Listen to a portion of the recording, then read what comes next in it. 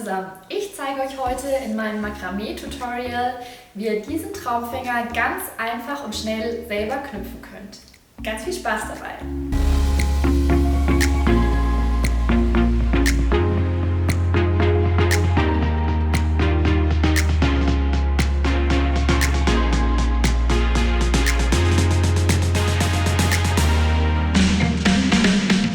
Ihr benötigt einen Metallring. Ich habe einen Metallring mit dem Durchmesser von 20 cm. Ihr könnt aber auch einen kleineren oder einen größeren Ring nehmen, je nachdem, wie groß ihr später auch den Traumfänger haben möchtet. Außerdem benötigt ihr Baumwollgarn mit einem Durchmesser von 5 mm und Baumwollgarn mit einem Durchmesser von 3 mm. Außerdem benötigt ihr Klebeband, ein Maßband und natürlich eine Schere. Der erste Schritt ist, dass ihr den Metallring mit dem dünneren Baumwollgarn umwickelt. Ich finde, das sieht einfach schöner aus und die Knoten halten dann später auch besser an dem Baumwollgarn als an dem Metallring. Ich befestige den Faden mit dem Klebeband hier an dem Ring. Einfach damit das Ganze gut hält und mir später nicht immer wegrutscht. Und dann fange ich an, das Ganze zu umwickeln.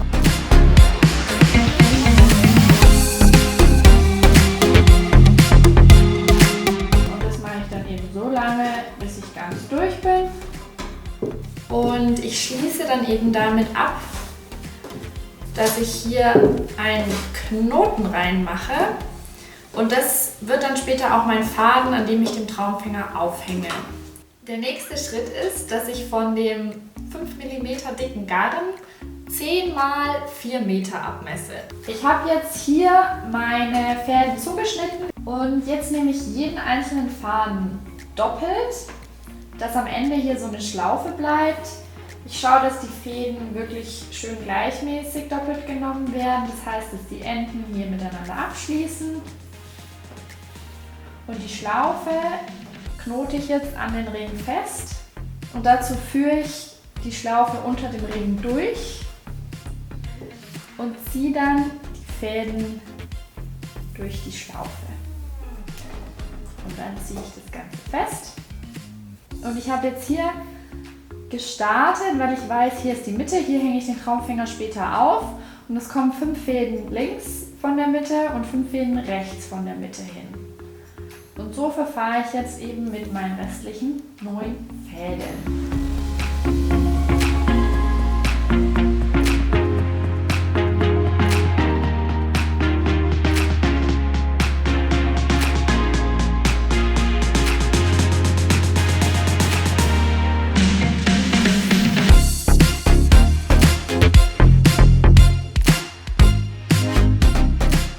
Ich habe jetzt alle meine Fäden hinter den Ring gelegt, weil es so einfacher ist, die Übersicht zu behalten.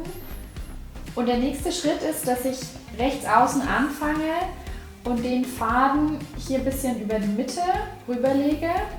Dann mache ich hier eine Schlaufe und ziehe den Faden durch die Schlaufe durch, um ihn hier unten zu befestigen. Das gleiche mache ich mit dem Faden von links außen, den ich ebenfalls hier befestige, indem ich eine Schlaufe mache und den Faden hier durchziehe. Jetzt habe ich eben die 2 äußersten Fäden bereits unten am Ring befestigt. Ihr arbeitet mit allen weiteren Fäden jetzt von außen nach innen und befestigt die hier unten am Ring. Wichtig dabei ist, dass ihr den Faden von oben über den anderen drüber führt und dann unter dem Ring durch. Eine Schlaufe machen und den Faden hier durchziehen, um ihn zu befestigen. Und dann ist der dritte Faden hier fest. Dann kommt der nächste wieder von links und wird wieder über die anderen Fäden drüber gezogen und dann unter dem Ring durch. Eine Schlaufe machen und den Faden hier festziehen. Und das macht ihr jetzt für alle Fäden so weiter, immer rechts, links, Oben drüber, unten durch, Schlaufe und festziehen.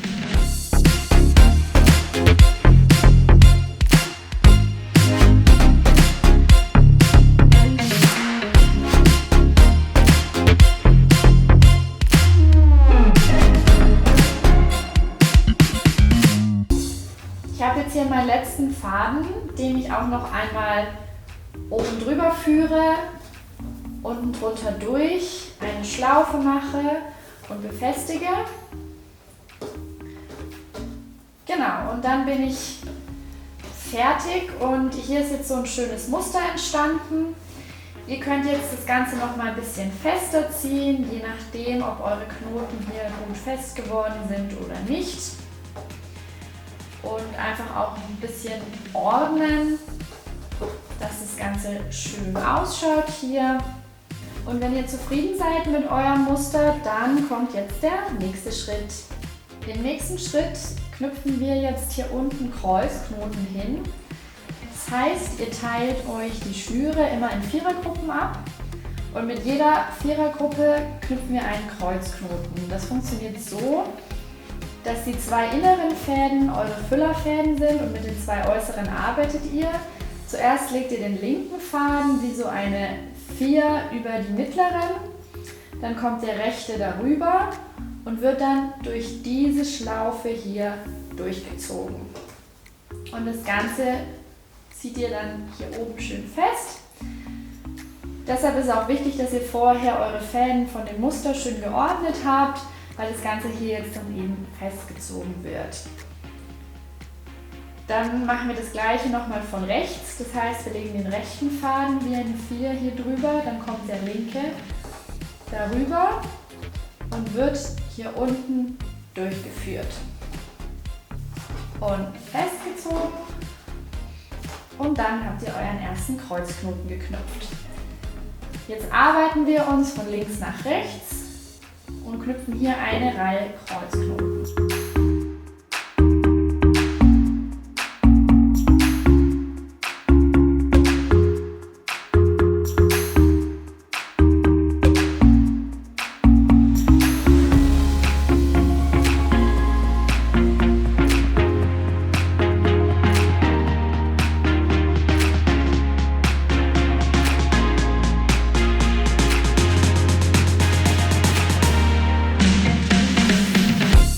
Meine erste Reihe Kreuzknoten fertig geknüpft und in der nächsten Reihe lasse ich jetzt 2 Fäden links und 2 Fäden rechts aus, mit denen ich nicht knüpfe, weil ich möchte, dass das Ganze so eine Dreiecksform bekommt. Das heißt, ich nehme mir diese 4 Fäden hier als nächste Gruppe und knüpfe hiermit einen Kreuzknoten.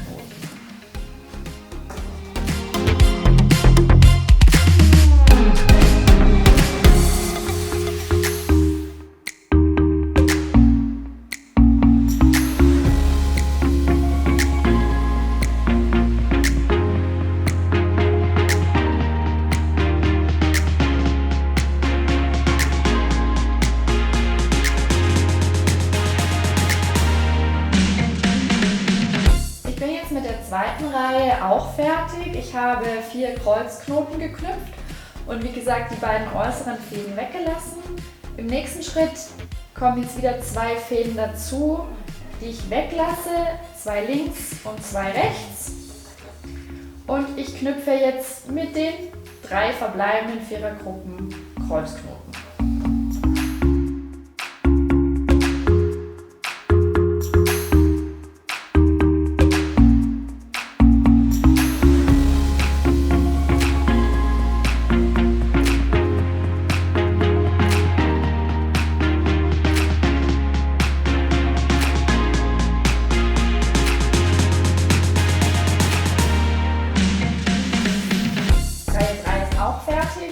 Und jetzt verfahre ich eben genauso weiter wie in den vorherigen Reihen, dass ich wieder links und rechts 2 Fäden wegnehme und mit den restlichen übrig gebliebenen Fäden Kreuzknoten knüpfe. Das heißt, es kommt jetzt hier noch eine Reihe mit 2 Knoten und in der letzten Reihe gibt es dann nur noch einen Knoten.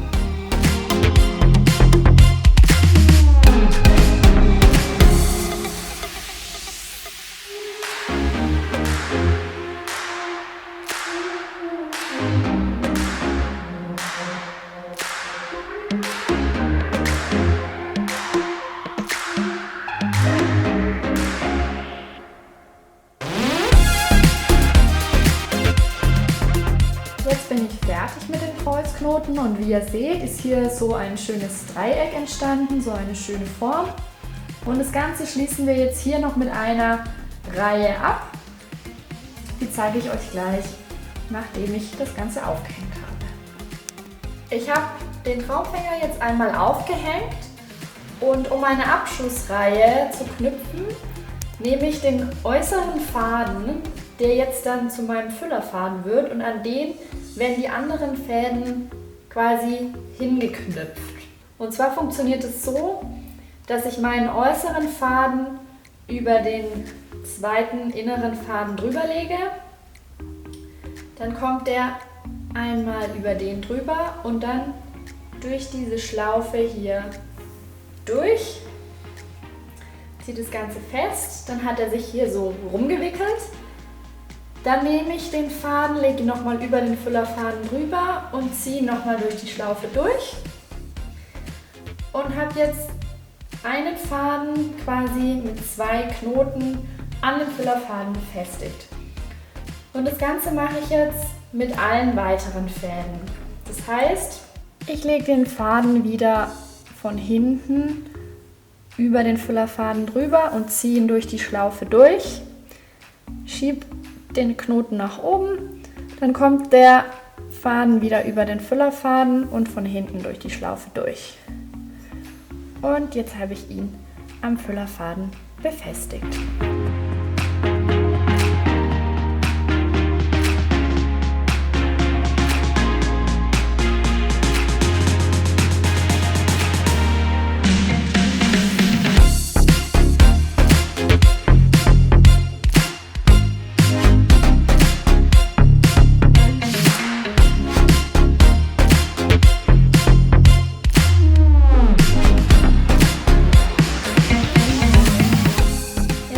Erste Teil fertig. Das Ganze machen wir jetzt auch noch mal von rechts. Dann nehmt ihr euch wieder den äußersten Faden von rechts, legt den einmal hier drüber und dann macht ihr den ganzen Knoten, den wir hier drüben jetzt gemacht haben, einmal spiegelverkehrt. Das heißt, es kommt wieder von unten, oben drüber, durch die Schlaufe durch, hochschieben. Dann wieder über den Füllerfaden legen und von hinten durch die Schlaufe durchziehen.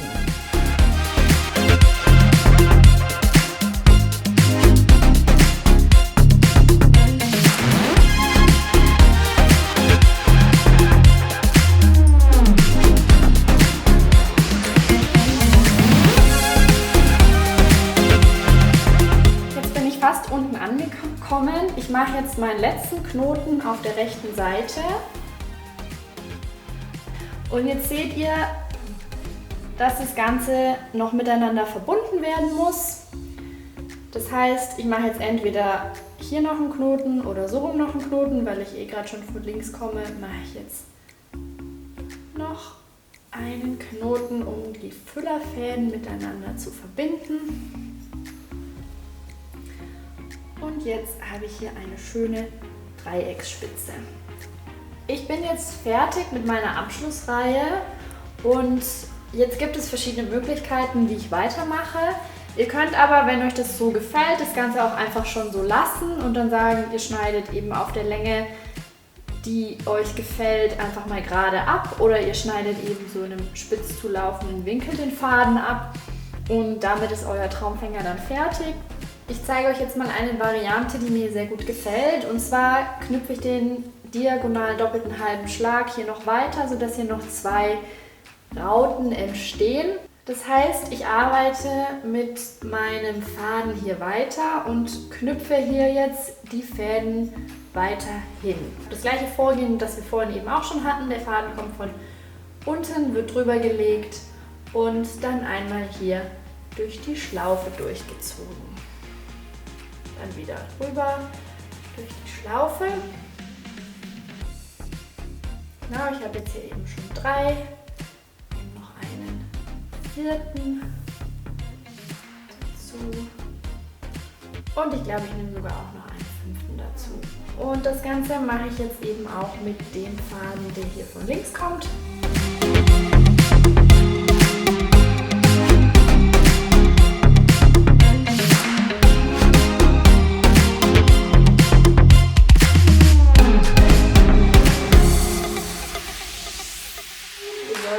gucken, dass ihr hier ungefähr auf der gleichen Höhe seid, damit das Ganze dann einfach schön symmetrisch wird. Ich habe mir hier eben den ersten Teil meiner Raute geknüpft und jetzt wird das Ganze eben so fortgeführt. Ich finde es immer ganz schön, wenn die Fäden hier in der Mitte dann einfach nicht nur runterhängen, sondern wenn ich mit den Fäden in der Mitte einen Kreuzknoten knüpfe. Dazu nehme ich mir die zwei äußeren, links und rechts außen Fäden und die inneren sind meine Füllerfäden. Ich lege hier wieder eine 4, die Kreuzknoten könnt ihr jetzt ja schon. Ich ziehe das hier durch, so ein bisschen hoch und das Ganze von rechts und dann habe ich hier einen Kreuzknoten und dann geht es weiter, indem ich von rechts hier meine Fäden wieder dran knüpfe. Und jetzt muss ich eben schauen, dass ich hier schön den Winkel habe, dass das Ganze dann nach links spitz zuläuft.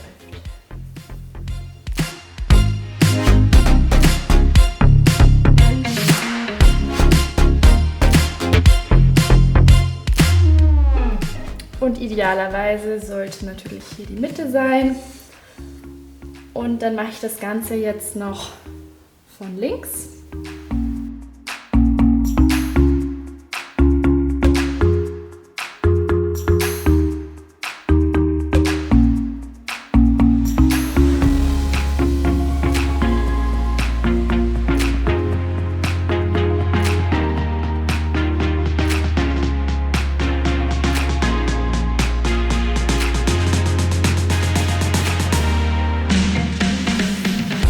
Starte ich mit der Raute Nummer 2. Ich mache eben mit dem von rechts kommenden Füllerfaden weiter und knüpfe den Faden wieder hier hin. Wie ich schon gesagt habe, soll die Raute etwas kleiner werden als die Raute oben drüber. Upsi. Deswegen knüpfe ich jetzt hier nicht mehr 5, sondern nur noch 3 Fäden an meinem Füllerfaden fest. Das heißt, ich mache das Ganze jetzt auch noch mit dem von links kommenden Füllerfaden.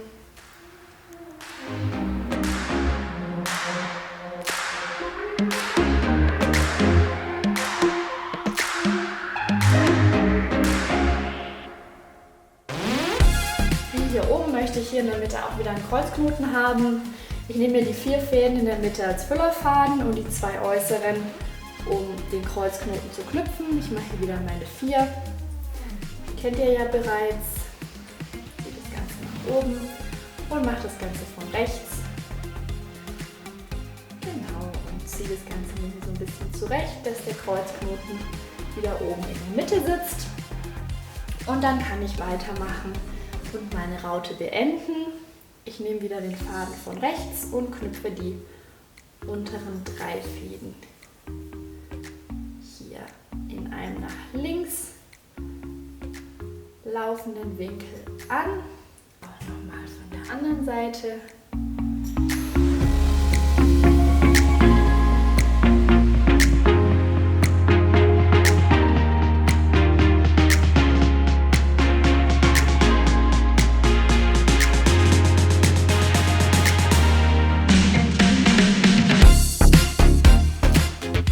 Genau, und dann, um das Ganze abzuschließen, knüpfe ich eben den auch noch hierher. Und dann ist meine kleinere Raute auch fertig. Wenn ihr das Ganze hier noch ein bisschen besser befestigen möchtet, könnt ihr entweder hier noch eine Perle hinmachen oder ihr macht hier noch einen Kreuzknoten hin.